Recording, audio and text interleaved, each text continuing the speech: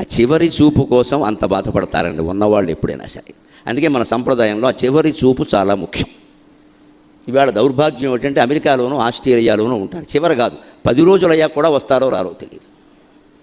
అది చాలా ముఖ్యం. ఎందుకోసం అంటే చివరి చూపు మనకి ఒకటి ఆయన్ని చూడాలంటుంది, రెండోది ఇంకో రహస్యం ఉందండి ఇందులో.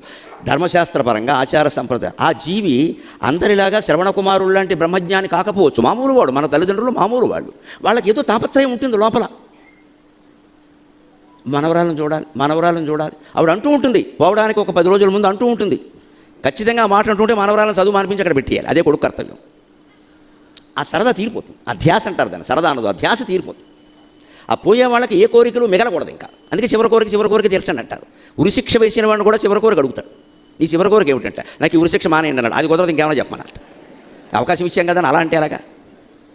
అది నీ బతి ప్రాణంబు దక్క అని సతీ సావిత్రి సినిమాలో అన్నట్టే అంచేత ఉరిశిక్ష విరామంబు దక్క ఇంకేదైనా అడుగన్నట్టు. వాడు శుభ్రంగా నాకు గుత్తొంకాయ కూర కావాలంటే, బొబ్బట్లు పులిహోర కావాలంటే చేయించి పెట్టేస్తారు. వాడికి ఎవరింట్లోంచి కావాలంటే వాళ్ళ బతిమాలు తీసుకొస్తారు, వాళ్ళు ఇస్తారు, పోలేండి పాపం పోయేలా వాళ్ళని. ఎందుకంటే పోతాడు. చివరి కోరికకి మన సంస్కృతిలో, మళ్ళీ విదేశాల్లో ఉండదండి ఇది.